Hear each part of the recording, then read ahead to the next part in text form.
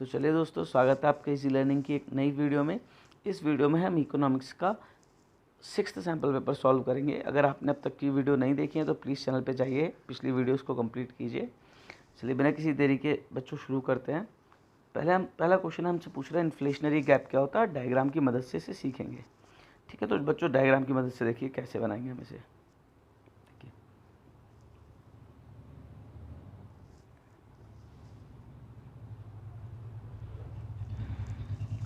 X axis and Y axis, ये हो गई हमारा इनकम का कर्व।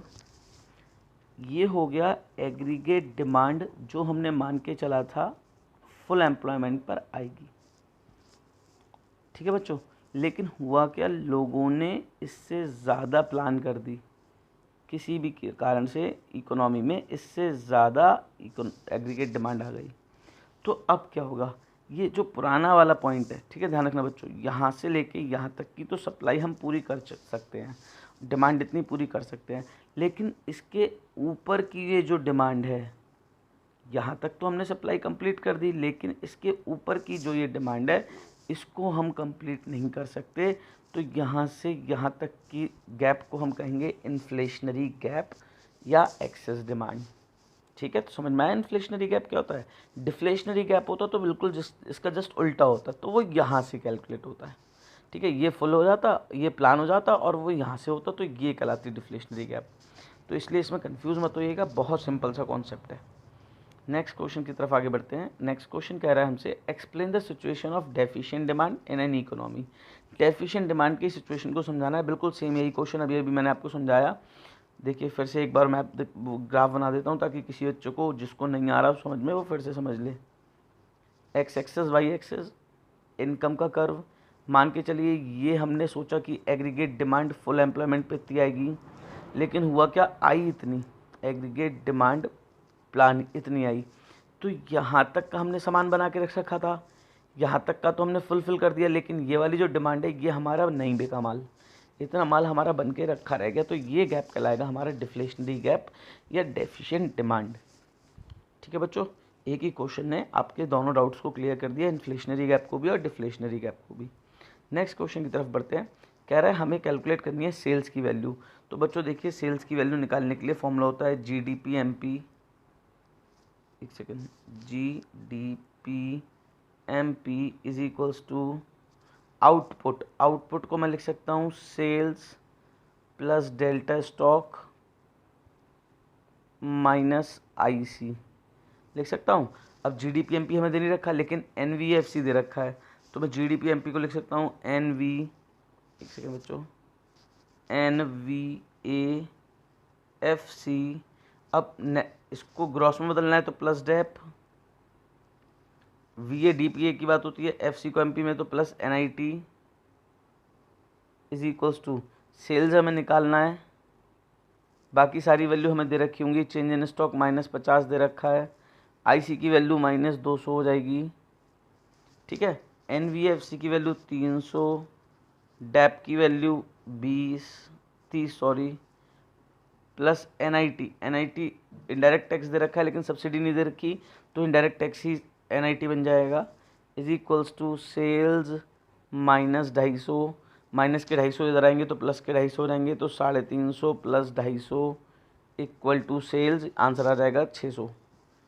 ठीक है बच्चों, नेक्स्ट क्वेश्चन की तरफ बढ़ते हैं आगे। नेक्स्ट क्वेश्चन है, कह रहा है रियल जीडीपी अगर हमें दे रखी है 200, प्राइस इंडेक्स दे रखा है 110, नॉमिनल कितनी होगी। तो बच्चों नॉमिनल का फॉर्मूला होता है, देखिए वैसे अगर हम रियल का फॉर्मूला बनाते हैं नॉमिनल अपॉन प्राइस इंडेक्स, ठीक है, तो नॉमिनल का फॉर्मूला हो जाएगा real into price index upon 100।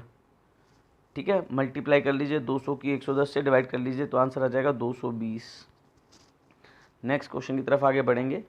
Next question number 3 हमसे कह रहा है कि हमें ये डाटा दे रखा है इंडिया, चाइना, पाकिस्तान का, और यहाँ पे पूछा है इंडिया में ओनली 81% टोटल बर्थ रेट है are attend by skill professionals as per the given data, state any 2 reasons. हमसे कह रहा है कि इंडिया में जो सिर्फ 81% है टोटल बर्थ का, वो अटेंड किया जाता है स्किल प्रोफेशनल्स के द्वारा, यानी बाकी 19% जो बच्चे हैं वो घरों में पैदा किए जाते हैं आई या दादी उनके द्वारा, जो अनस्किल्ड होते हैं उनके द्वारा, ठीक है। तो इसको हमें समझाना है कि इसके दो कारण क्या क्या होंगे। सबसे पहला कारण होगा लैक ऑफ हेल्थ इंफ्रास्ट्रक्चर, पहला। दूसरा होगा लैक ऑफ अवेयरनेस या lack of literacy in people.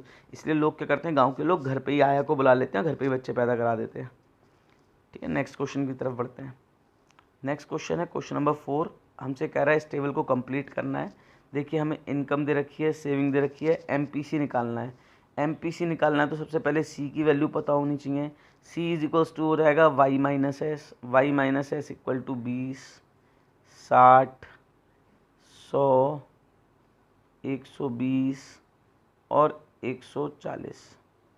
सी की वैल्यू आ जाएगी। अब एमपीसी निकाल सकते हो delta C upon delta Y से, यानी चेंज इन कंजप्शन पहले के लिए डैश रहेगा, दूसरे के लिए 40 अपॉन 50 0.8, फिर 40 अपॉन 50 फिर 0.8, फिर 20 अपॉन 50 0.4, फिर 20 अपॉन 50 0.4। एपीसी पूछ रहा है तो सी अपॉन वाई कर दो, तो सी हम पहले के लिए 20 तो पहले के लिए डैश रहेगी, यहाँ पर हो जाएगी 1.2, यहाँ पर 1, यहाँ पर देखोगे तो ये हो जाएगी 0.8। और वाला क्वेश्चन देखिए, करोगे तो 140 को 200 से डिवाइड करोगे। Argue in favour of the need of different forms of government intervention in health sector, कि सरकारी इन्वेस्टमेंट की ज़रूरत क्यों है हेल्थ सेक्टर के लिए। इसके 3 पॉइंट लिखने हैं। पहला point, private sector profit motive होता है जिसकी वजह से कॉस्ट बहुत ज़्यादा हो जाएगी। दूसरा, जो हेल्थ केयर के स्टैंडर्ड्स हैं उन्हें मेंटेन करने के लिए बहुत ज़्यादा ज़रूरत है, सरकार इसमें इन्वेस्टमेंट करे। तीसरा, कि अगर हम चाहते हैं कि हेल्थ सेक्टर जो बैकवर्ड रीजन में है और ख़ासतौर पे वीकर सेक्शंस है उनकी एसेसिबिलिटी बढ़ जाए, उसके लिए सरकार का इंटरवेंशन बहुत ज़रूरी है। चलिए नेक्स्ट क्वेश्चन पे बढ़ते हैं। नेक्स्ट क्वेश्चन 3 मार्क क्वेश्चन होंगे। 3 मार्क क्वेश्चन में पहला दे रखा है हमें कोई 3 प्रिकॉशन बताने हैं जिन्हें हमें लेना हो जब हम एक्सपेंडिचर मेथड करते हैं। ये मैं आपको पिछले सैम्पल पेपर में करा चुका हूँ, वहाँ से देख लीजिएगा। नेक्स्ट क्वेश्चन कह रहा है कि इन्हें हम डोमेस्टिक प्रोडक्ट में जब एस्टिमेट कर रहे होंगे तो किस तरीके से ट्रीट करेंगे। ये बच्चों क्वेश्चन आपको मुझे बताना है कि किसे ऐड किया जाएगा और किसे ऐड नहीं किया जाएगा, और विद एक्सप्लेनेशन आप मुझे भेजेंगे, ठीक है, कि क्या किस तरीके से हम इसे ट्रीट करेंगे। और लास्ट वीडियो में गर्वित ने आंसर दिया था, बहुत ही अच्छा आंसर थे, तीनों के तीनों करेक्ट थे। बच्चों प्लीज़ आंसर देने का ज़रूर ट्राई किया करिए। नेक्स्ट क्वेश्चन है कि investment demand includes financial investment like purchase of shares from secondary market. Do you agree, क्या इन्वेस्टमेंट जो डिमांड है उसमें फाइनेंशियल इन्वेस्टमेंट भी आते हैं, तो इससे आप क्या एग्री करते हैं। तो भाई हम बिल्कुल भी एग्री नहीं करते, क्योंकि इन्वेस्टमेंट का मतलब होता है रियल इन्वेस्टमेंट करना, ना कि फाइनेंशियल इन्वेस्टमेंट। मतलब रियल इन्वेस्टमेंट का मतलब है या तो हम असेट्स बनाएं, फिक्स असेट्स बनाएं, या हम अपने कैपिटल स्टॉक को बढ़ाएं। सीधी सी बात है, कैपिटल स्टॉक को बढ़ाएं जिसमें हम अपना इन्वेंट्री बनाने का काम करें या टूल्स इक्विपमेंट्स परचेज करने का काम करते हैं। लेकिन अगर हम शेयर्स खरीद रहे हैं या शेयर्स में पैसा डाल रहे हैं तो ये रियल इन्वेस्टमेंट नहीं है, ठीक है, ये फाइनेंशियल इन्वेस्टमेंट कहलाता है। नेक्स्ट क्वेश्चन देखिए। नेक्स्ट क्वेश्चन कह रहा है कि जो गवर्नमेंट ऑफ इंडिया है वो अलग अलग स्टेप्स ले रही है ताकि पब्लिक ट्रांसपोर्ट सिस्टम को इम्प्रूव किया जा सके। मेट्रो रेल नेटवर्क इसी तरीके का एक एंडीवर है। जो बेसिक मोटिव है इसके पीछे वो ये ताकि जो इन्वायरमेंटल डिग्रेडेशन है उसे रिड्यूस किया जा सके। इस स्ट्रेटेजी के बारे में आप क्या कहना चाहेंगे। तो हम बिल्कुल लिखेंगे कि ये स्ट्रेटेजी सरकार की है, वो बिल्कुल करेक्ट है। पब्लिक ट्रांसपोर्ट सिस्टम को अगर हम मोटिवेट करेंगे, लोगों को मोटिवेट करेंगे कि वो इस तरीके के ट्रांसपोर्ट मोड का यूज़ करें जो कि पब्लिक है, इससे क्या होगा, पर्सनल व्हीकल्स के ऊपर प्रेशर कम होगा, जिससे जो फ्यूल हम इस्तेमाल कर रहे हैं फ्यूल की डिमांड कम हो जाएगी। बायोफ्यूल की डिमांड कम होगी तो उससे निकलने वाला जो एमिशन है, यानी उससे जितनी भी फ्यूम्स निकलती हैं, धुआं निकलता है, वो सब कम हो जाएगा। एयर की क्वालिटी पहले के कंपैरेटिवली ज़्यादा बेहतर होगी, इन्वायरमेंट पहले से ज़्यादा सही हो जाएगा। इस तरीके से हम कह सकते हैं कि गवर्नमेंट की पब्लिक ट्रांसपोर्टेशन को ये जो इम्प्रूव करने के स्टेप्स हैं ये बिल्कुल सही हैं। चलिए सोर्स बेस्ड क्वेश्चन है बच्चों, स्क्रीनशॉट ले लीजिए, आंसर आप खुद से करिएगा सोर्स बेस्ड क्वेश्चंस के। क्वेश्चन नंबर 9 एंड 10 क्वेश्चन दोनों ही बहुत अच्छे क्वेश्चन हैं। कह रहा है कि जो अनएम्प्लॉयमेंट है मोस्ट कॉमन प्रॉब्लम है डेवलपिंग कंट्रीज़ की, जैसे इंडिया हो गया। अगर नेचर ऑफ अनएम्प्लॉयमेंट की बात करें, रूरल एरिया में अलग होता है, अर्बन एरिया में अलग होता है, तो किसी एक तरीके के अनएम्प्लॉयमेंट को बताना है जो रूरल एरिया में पाया जा रहा है, और कुछ दो ऐसे मेजर जिनसे हम इस अनएम्प्लॉयमेंट को कम कर सकते हैं। बहुत अच्छा क्वेश्चन है। नेक्स्ट है इंफ्रास्ट्रक्चर के बारे में, कि बेसिक फंडामेंटल स्ट्रक्चर होता है इकोनॉमिक ग्रोथ का और किसी भी इकोनॉमी के डेवलपमेंट का। इस स्टेटमेंट को जस्टिफाई करना है, इसका इंटर रिलेशन बताते हुए कि जो इंफ्रास्ट्रक्चर डेवलपमेंट और इकोनॉमिक डेवलपमेंट में क्या रिलेशन है। इंफ्रास्ट्रक्चर किस तरीके से इकोनॉमिक डेवलपमेंट में कंट्रीब्यूट करता है। दोनों ही क्वेश्चन बहुत अच्छे हैं, बोर्ड के हिसाब से इंपॉर्टेंट क्वेश्चंस हैं। ठीक है, नेक्स्ट क्वेश्चन पे बढ़ेंगे। क्वेश्चन नंबर 5 मार्क क्वेश्चन हैं, 11 क्वेश्चन है। कह रहा है compare the development experience of India, China, Pakistan with reference to GDP. देखिए अभी इस क्वेश्चन में क्या बात है बच्चों, ये क्वेश्चन सिर्फ और सिर्फ जीडी के पर्सपेक्टिव में हमसे तीनों देशों का कंपैरिजन करा रहा है, वो भी 5 नंबर में करा रहा है। तो हम कैसे लिखेंगे, हम लिखेंगे कि China is the largest GDP among the 3, जबकि इंडिया सेकंड नंबर पर आएगा और पाकिस्तान तीसरे नंबर पर आएगा। ठीक है, फिर दूसरा पॉइंट बनाएंगे कि चाइना की जो जीडीपी है वो लगभग 20 ट्रिलियन के समथिंग की है, इंडिया की जो जीडीपी है वो 3 ट्रिलियन यूएस डॉलर की है, जबकि पाकिस्तान की जो जीडीपी है वो मात्र 396 बिलियन यूएस डॉलर की है। दूसरा पॉइंट। तीसरे पॉइंट पे जाएंगे, अगर हम देखेंगे तो तीसरे पॉइंट में लिखेंगे कि इंडिया और पाकिस्तान में जीडीपी में जो मेजर कंट्रीब्यूशन होता है वो एग्रीकल्चर सेक्टर से होता है, जबकि चाइना में एग्रीकल्चर सेक्टर का कंट्रीब्यूशन ना के बराबर है। चौथा पॉइंट जो हम बनाएंगे वो लिखेंगे कि इस जीडीपी में चाइना में अगर हम देखें तो सर्विस सेक्टर सबसे ज़्यादा कंट्रीब्यूट करता है, जबकि इंडिया और पाकिस्तान इसमें चाइना के कंपैरेटिवली लैग कर रहा है। आगे बढ़ेंगे, नेक्स्ट पे जाएंगे तो नेक्स्ट हम अगला पॉइंट बना सकते हैं कि अगर हम देखें चाइना में जो कंट्रीब्यूशन है इंडस्ट्रियल सेक्टर का वो बहुत ही ज़्यादा है और इंडिया पाकिस्तान में काफ़ी कम है। ठीक है, अगर हम देखेंगे इसके बाद चाइना की जो जीडीपी है उसमें भी पिछले रिसेंट ईयर्स में इंडिया की जीडीपी और पाकिस्तान की जीडीपी में रिसेंट ईयर्स में कमी आई है। तो बच्चों इस तरीके से हम तीनों की जीडीपी के बेसिस पे डेवलपमेंट एक्सपीरियंस को कंपेयर करा हमने। ठीक है, अलग अलग पॉइंट्स बनाकर। क्वेश्चन नंबर 12 की तरफ बढ़ते हैं। क्वेश्चन नंबर 12 एक न्यूमेरिकल है जो कि हमसे पूछ रहा है जीएनपी एमपी की वैल्यू निकालनी है। बच्चों अब इस क्वेश्चन में हमें कोई ये नहीं दे रखा किस मेथड से निकालनी है, तो सबसे पहले ध्यान दीजिए कि हमें कंपोनेंट क्या दे रखे हैं, एक्सपेंडिचर इन्वेस्टमेंट। ठीक है, इसका मतलब हो गया ये एक्सपेंडिचर मेथड से ही सॉल्व होगा। कैसे सॉल्व होगा बच्चों, सीधा लिखिए GDP MP is equals to final consumption expenditure plus gross investment plus net export. ये 3 चीज़ ढूंढ लीजिए। प्राइवेट में वो फाइनल में 2 चीज़ होती हैं, गवर्नमेंट और प्राइवेट, तो 3800 हो गया। हमें देख के ग्रॉस डोमेस्टिक फिक्स्ड दे रखा है, यानी ग्रॉस इन्वेस्टमेंट नहीं है, फिक्स्ड इन्वेस्टमेंट है, तो 600। तो ये इसमें हम क्या चीज़ जोड़ देंगे, इसमें हम जोड़ेंगे बच्चों, अगर हमें ग्रॉस डोमेस्टिक फिक्स्ड दे रखा है तो इसमें चेंज इन स्टॉक जोड़ा जाएगा। ठीक है, चेंज इन स्टॉक कितने का है, -20 का, तो 580 आ जाएगा ग्रॉस डोमेस्टिक कैपिटल फॉर्मेशन। तो 580 ये हो गया 3800 प्लस ये हो गया 580। नेट एक्सपोर्ट की बात करते हैं, नेट एक्सपोर्ट -200 है, -200 सॉल्व कर लीजिए तो 4180 आंसर आ जाएगा जीडीपी एमपी। लेकिन क्वेश्चन क्या पूछ रहा है, जीएनपी एमपी। तो बच्चे देखिए ग्रॉस सेम है, एमपी सेम है, डीपी से एनपी पे जाना है। जब हम डीपी से एनपी पर जाएंगे तो हम क्या करेंगे बच्चों, इसमें नफ़ीफ़ा प्लस कर देंगे। तो नफ़ीफ़ा की वैल्यू अगर आप देखेंगे इसमें, तो नेट फैक्टर इनकम 2 एब्रॉड दे रखा है 100। 2 एब्रॉड को जब फ्रॉम एब्रॉड में बदलते हैं तो साइन चेंज कर देते हैं, तो ये -100 हो जाएगा। ऐड कर दीजिए दोनों को तो आंसर आ जाएगा 4080, 4080। ठीक है बच्चों, होप आप लोगों को समझ में आएगा न्यूमेरिकल। नेक्स्ट क्वेश्चन की तरफ पढ़ेंगे। नेक्स्ट क्वेश्चन कह रहा है कि एक्सप्लेन करना है जो सब्सिडीज़ होती हैं उन्हें ऐड क्यों किया जाता है, और जो इनडायरेक्ट टैक्सेस हैं उन्हें डिडक्ट क्यों किया जाता है domestic product at market price को निकालने में, domestic product at factor cost से। तो सिंपल सी बात है, हमें domestic product at factor cost दे रखा है और इसे बदलना है domestic product at market price में। तो जब भी हम फैक्टर कॉस्ट को मार्केट प्राइस में बदलते हैं, अच्छा सॉरी इसको बदलना है, उल्टा कह रहा हूँ, मार्केट प्राइस को बदलना है फैक्टर कॉस्ट में। जब भी हम मार्केट प्राइस को फैक्टर कॉस्ट में बदलते हैं तो इसमें से नेट इनडायरेक्ट टैक्स को हमेशा डिडक्ट किया जाता है, जिसके 2 कंपोनेंट होते हैं, इनडायरेक्ट टैक्स माइनस सब्सिडीज़। तो ये जो माइनस का साइन है इसकी वजह से इन दोनों की वैल्यू चेंज हो जाएगी। इसमें से हमें इनडायरेक्ट टैक्स को हटाना पड़ेगा जबकि सब्सिडीज़ को ऐड करना पड़ेगा, तभी जाकर हमारा domestic product market price domestic product factor cost में कन्वर्ट हो पाएगा। नेक्स्ट क्वेश्चन की तरफ बढ़ते हैं बच्चों। चॉइस है इसमें, देखिए ऊपर के 2 करिए, ये वाले 2 करिए। इसमें कह रहा है कि नॉन मॉनेटरी एक्सचेंजेस की खुद की कुछ लिमिटेशंस हैं डोमेस्टिक प्रोडक्ट को लेकर, है ना, as a index of welfare. तो इसके बारे में बताना है कि जीडीपी की ये जो जीडीपी को एक वेलफेयर का इंडेक्स माना जाता है या मीज़र माना जाता है, इसमें नॉन मॉनेटरी एक्सचेंजेस की क्या लिमिटेशन है। तो देखिए बच्चों, जब हम जीडीपी को वेलफेयर का वो मानते हैं मीज़र, तो हम ये देखते हैं जिस देश की जीडीपी जितनी ज़्यादा वहाँ पे वेलफेयर उतना ज़्यादा होगा। लेकिन हमारे देश में देखा जाए तो बहुत सारे नॉन मॉनेटरी एक्सचेंजेस भी होते हैं।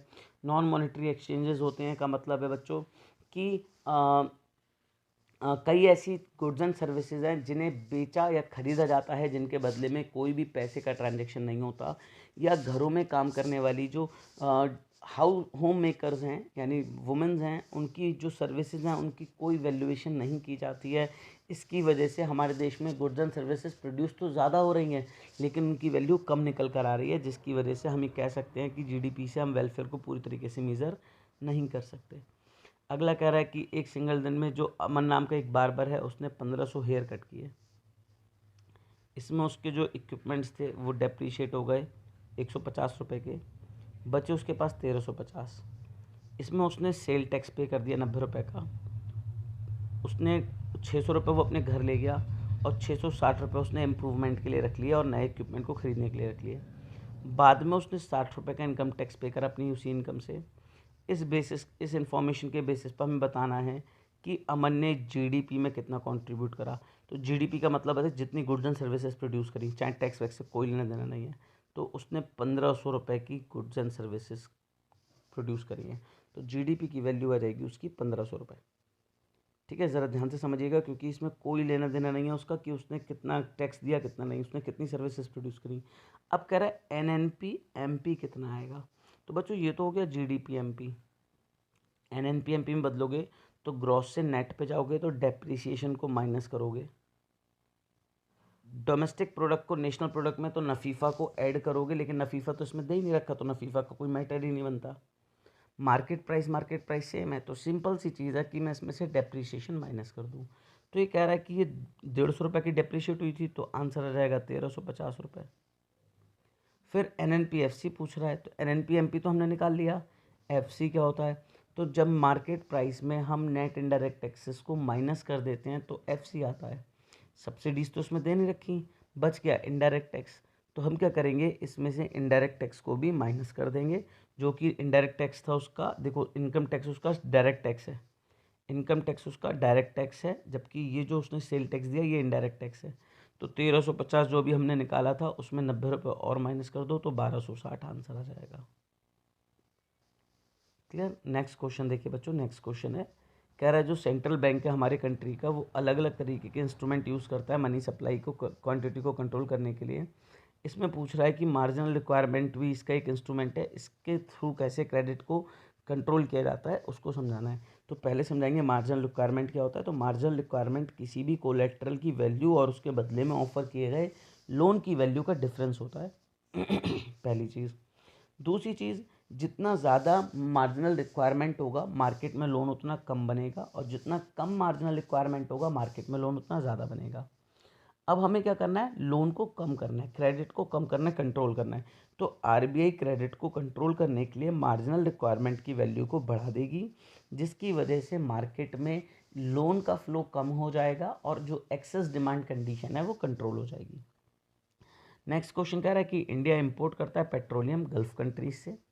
अगर क्रूड ऑयल में के प्राइस में कोई फ्लक्चुएशन आते हैं, ये काफ़ी इंपॉर्टेंट इकोनॉमिक इंडिकेटर्स हो जाते हैं, है ना, कि किस तरीके से इम्पैक्ट कर रहे हैं, बहुत इंपॉर्टेंट इंडिकेटर है।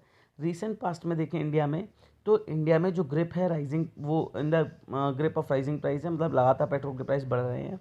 हमें कोई दो ऐसे मीज़र बताने हैं जिनसे हम इस सिचुएशन को डील कर सकते हैं। तो बच्चों, डील करने के लिए दो तरीके हो सकते हैं।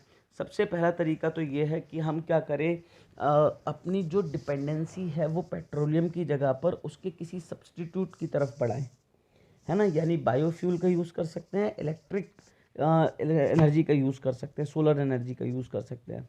दूसरा ये कि जो नॉन डेवलपमेंटल एक्सपेंडिचर्स हैं, है ना, जो कि पब्लिक एडमिनिस्ट्रेशन, डिफेंस और सब्सिडीज़ वगैरह पर हो रहे हैं, इनको कम कर कर हम सब्सिडीज़ प्रोवाइड कर सकते हैं पेट्रोलियम पर, सरकार हमारी, जिससे इन फ्लक्चुएशंस को कंट्रोल किया जा सकता है। क्लियर हो बच्चों। ये हुआ बच्चों हमारा पूरा का पूरा सैम्पल पेपर कंप्लीट। अगर आपको अच्छा लगा तो प्लीज़ चैनल को सब्सक्राइब कर दीजिएगा, पहली बार आए हो तो वीडियो को दोस्तों के साथ शेयर ज़रूर कर दीजिए। बोर्ड का एग्ज़ाम परसों है। प्लीज़ बच्चों वीडियो को शेयर कीजिए, चैनल को शेयर कीजिए ताकि ज़्यादा से ज़्यादा बच्चे बेनिफिट ले सकें। मिलते हैं आपसे नेक्स्ट वीडियो में, तब तक प्लीज़ पढ़ते रहिए।